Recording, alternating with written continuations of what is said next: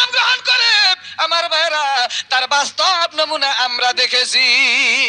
এরা যদি সঠিক ব্যাখ্যা দিত হিন্দুরা মুসলমান হইতো, আর এরা যদি সঠিক ব্যাখ্যা দিত মানুষেরা আল্লাহ আল্লাহ রসুল পাইতো। ভাইয়েরা আমার, এইগুলার ব্যাখ্যা সাধারণ হিন্দুরা শুনলে মুসলমান হয়ে যায়, তার বাস্তব প্রমাণ আমি আমার জীবনে দেখেছি। আপনারা শুনেছেন আমার নাম ঘোষণার পূর্বে বলা হয়েছে প্রতিবেশের দেশসমূহেও আমরা আমাদের দরবার শরীফের পক্ষ থেকে ওয়াজ মাহফিল করার জন্য যাই। ভাইয়েরা আমার, ভারতে, নেপালে, ভুটান এই সমস্ত দেশে এই তরিকার দাওয়াত নিয়ে যাওয়ার সুযোগ হয়েছে। আমি যেই বৎসর ভারতে সফরে গেলাম, মুর্শিদে বরহকের কদম রুচিলায় আমি যেই বৎসর ভারতের সফরে গেলাম, ভারতের কলকাতায় মাহফিল করলাম, মুর্শিদাবাদে মাহফিল করলাম, সেখান থেকে আবার কলকাতা হয়ে দিল্লিতে চলে গেলাম। আমার ভাইয়েরা, হযরত বাকি বিল্লাহ রহমাতুল্লাহর দরবারে গেলাম, সেখানে মাহফিল করলাম, জলসা করলাম। আমার ভাইয়েরা, সেখান থেকে পূর্ব পাঞ্জাবে মুজাদ্দেদ আল ফেসানি রহমাতুল্লাহর দরবারে গেলাম, জলসা করলাম। সেখান থেকে আমার ভাইয়েরা আবার রাজস্থানে গেলাম, সেখান থেকে আগ্রায় গেলাম, আবার দিল্লি হয়ে কলকাতা হয়ে বাংলার জমিনে চলে আসলাম। ওই বছর ভারতের জমিনে 8টা ওয়াজ মাহফিল আমি করলাম। হিন্দু প্রধান দেশ, সব জায়গায় বলা সম্ভব হয় নাই। যেখানে সুযোগ পাইলাম এইগুলো আলোচনা করেছিলাম। আমার ওই বছরের আলোচনা শুনে ভারতের জমিনে 9 জন হিন্দু কালেমা পড়ে মুসলমান হয়ে যায়, এই তরিকায়ে নকশবন্দিয়া মুজাদ্দিদিয়া গ্রহণ করে। ভাইয়েরা আমার, শুধু কি তাই, তারপরের বছর আবার যখন আমি ভারতের সফরে যাই, ওই ভারতের কলকাতার বাখরায় মাহফিল করলাম, সেখান থেকে কৃষ্ণনগরে মাহফিল করলাম, দুর্গাপুরে মাহফিল করলাম, আমার ভাইয়েরা বহরমপুরে মাহফিল করলাম, এমনি করে মুর্শিদাবাদে মাহফিল করলাম। জোরাকাতুর রহমাতুল্লাহ আলাইহি সানামত রহমাতুল্লাহর মাজারের পাশে মাহফিল করলাম। সেখান থেকে ফারাক্কা হয়ে আবার ওই বিহারের দরগাডাঙ্গায় মাহফিল করলাম। সেখান থেকে আমার ভাইয়েরা আবার ফারাক্কা হয়ে মালদহ হয়ে শিলিগুড়ি হয়ে চালসা হয়ে কুচবিহার হয়ে আসামের গৌহাটি হয়ে মেঘালয়ের শিলং হয়ে আগরতলা, ত্রিপুরার আগরতলা পর্যন্ত ভারতের জমিনে 18টা ওয়াজ মাহফিল আমি করলাম। যেখানে সুযোগ পাইলাম আমি এইগুলো আলোচনা করলাম। আমার ভাইয়েরা, ওই বছরের আলোচনা শুনে ভারতের জমিনে 35 জন হিন্দু কালেমা পড়ে মুসলমান হয়ে যায়, এই তরিকায়ে নকশবন্দিয়া মুজাদ্দিদিয়া গ্রহণ করে।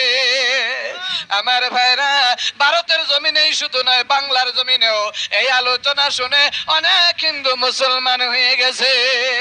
আমার মনে পড়ে যায় ওই টাঙ্গাইল জেলা হেডকোয়ার্টারে কুমুদিনী হাই স্কুলের ময়দানে যখন আমি আলোচনা করেছিলাম, 2 জন উপজাতি কালেমা পড়ে ওই মাহফিলে মুসলমান হয়ে যায়।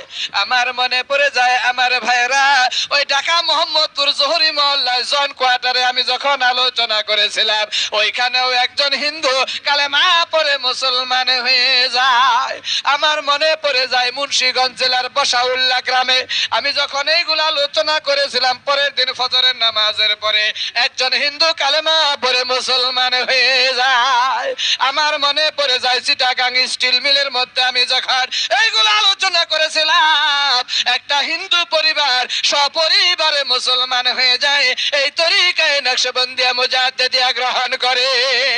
এমনি করে কয়টা বলা যায় আমার ভাইয়েরা, শত শত হিন্দু কালেমা পড়ে মুসলমান হয়ে এই তরিকায়ে নকশবন্দিয়া মুজাদ্দিদিয়া গ্রহণ করে আত্মা সত্য দিল জিন্দা আর নামাজে হুজুরের মাধ্যমে এই দুনিয়ার জমিন থেকে আল্লাহ আল্লাহ রসুলকে লাভ করে তারা আল্লাহ আল্লাহ রসুলের জন্য দানা হয়ে গেছে।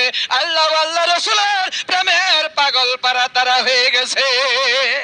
শুধু তাই নয় আমার ভাইরা, ওই ভারতের জমিনে যেই সমস্ত হিন্দুরা কালেমা পড়ে মুসলমান হয়ে এই তরিকা গ্রহণ করেছিল, আমি যখন ভারতের সফরে গিয়েছিলাম, 2 জন কলকাতার মধ্যে আমার ভাইরা 2 জন লোক স্বপ্নের একটা ব্যাখ্যা দেয়। ওই ব্যাখ্যা শুনে আমি নিশ্চিত হয়ে গেলাম আর কেউ না, তারা দিদার পেয়েছে আমার নবী মুহাম্মদুর রাসূলুল্লাহ সাল্লাল্লাহু আলাইহি ওয়াসাল্লাম। একটা হিন্দু কালেমা পড়ে মুসলমান হয়ে তরিকায় সাধনা করে আমার ভাইরা মদিনার নবীর জিয়ারত পাইলো। আমরা মুসলমানের ঘরে জন্মগ্রহণ করে জিন্দেগি শেষ করে দিলাম, মদিনার নবীর জিয়ারত পাইলাম না। ও ভাইরা আমার, মনে মনে কি একটু আফসোস আসে না? মনে কি একটু দুঃখ লাগে না? আবু জেহেল আল্লাহর নবীরে দেখলো, আবু লাহাব আল্লাহর নবী দেখলো, বনের হরিণ নবী দেখা নবী চিনলো, নবীর উম্মতের দাবিদার হইলাম, নবী দুনিয়ার জমিনে দেখলাম না। নবীর জন্ম দেশে জন্ম হলো না, হাজার হাজার মাইল দূরে বাংলাদেশে জন্ম, মদিনার নবীর রওজায় যাব এই তৌফিক আমার আপনার নাই। আমি আপনি কি একটু আফসোস লাগে না? ও ভাইরা আমার, আল্লাহর ওলিরা, এমন একটা শিক্ষা ব্যবস্থা আমাকে আপনাকে শিক্ষা দিয়ে দেন, যে শিক্ষা ব্যবস্থা গ্রহণ করে আমলের জিন্দেগি তৈরি করলো এই বাংলার জমিনে বসে, এই কটকছড়ার জমিনে বসে আমার মদিনার নবীর জিয়ারত পাওয়া যায়। ও আমার ভাইরা, আমার মুর্শিদ কেবলার দরবারে তরিকা গ্রহণ করে করে কত শত মানুষ আমলের জিন্দেগি তৈরি করো আমার মদিনার নবীর জিয়ারত পাইল রে। তাই ভাইরা আমার, আমি আপনাদের খেদমতে বলবো, ওয়াজ করলে সারা রাত্র করা যাবে, ওয়াজ শুনলে সারা রাত্র শুনতে পারবেন। সারা রাত্র ওয়াজ করলাম আর সারা রাত্র ওয়াজ শুনলাম, লাভ হবে? আমল না করলে লাভ হবে না। আমলের জিন্দেগি তৈরি করতেই হবে। আমার আল্লাহ ঘোষণা করেন, ফামান কানা ইয়ারজু লিকা রাব্বিহি ফালইআমাল আমালান সালিহা ওয়া লা ইউশরিক বিইবাদাতি রাব্বিহি আহাদা। ও দুনিয়ার মানুষ, যদি তোমরা আমি আল্লাহর দিদার পাইতে চাও, আমি আল্লাহর নৈকট্য হাসিল করতে চাও, তাহলে দুনিয়ার জমিনে তোমরা নেক আমলের জিন্দেগি তৈরি করো, আর ওয়া লা ইউশরিক বিইবাদাতি রাব্বিহি আহাদা, শিরক মুক্ত ইবাদত এবং নেক আমলের জিন্দেগি তৈরি করো, আমি আল্লাহর নৈকট্য লাভ করতে তোমরা পারবে। সেই আল্লাহর নৈকট্য লাভের জন্য আমার আপনার প্রয়োজন শিরক মুক্ত ইবাদত আর নেক আমলের জিন্দেগি। এই শিরক মুক্ত ইবাদত আর নেক আমলের জিন্দেগি আমার আপনার মধ্যে তৈরি করার জন্য প্রয়োজন আত্মা শুদ্ধ দিল জিন্দার নামাজে হুজুরি। আত্মা শুদ্ধ দিল জিন্দার নামাজে হুজুরির জন্য প্রয়োজন আমার আপনার জন্য কোনো না কোনো কামেল মোকাম্মেল ওলি আল্লাহর সান্নিধ্যে গিয়ে তাদের থেকে প্রশিক্ষণ আর ট্রেনিং গ্রহণ করে আমলের জিন্দেগি তৈরি করা। তাই আসুন আমরা কোনো না কোনো কামেল মোকাম্মেল ওলি আল্লাহর সোহবত এখতিয়ার করে আত্মা শুদ্ধ দিল জিন্দা নামাজ হুজুরি তৈরি করে নেক আমলের জিন্দেগি তথা শিরক মুক্ত ইবাদতের মাধ্যমে আল্লাহ ও আল্লাহর রাসূলকে লাভ করে ঈমান নিয়ে কবরে যাওয়ার জন্য তৈরি হয়ে যায়। মহান রব্বুল আলামিন আজকের এই মাহফিলকে জরিয়া করে আমাদের সকলকে সেই তৌফিক দান করুন। সবাই বলেন আমিন সুম্মা আমিন। ওয়া আখিরু দাওয়ানা আনিল হামদুলিল্লাহি রাব্বিল আলামিন। আসসালামু আলাইকুম ওয়া রাহমাতুল্লাহি ওয়া বারাকাতুহু। ভাইরা আমার, সবাই বসেন।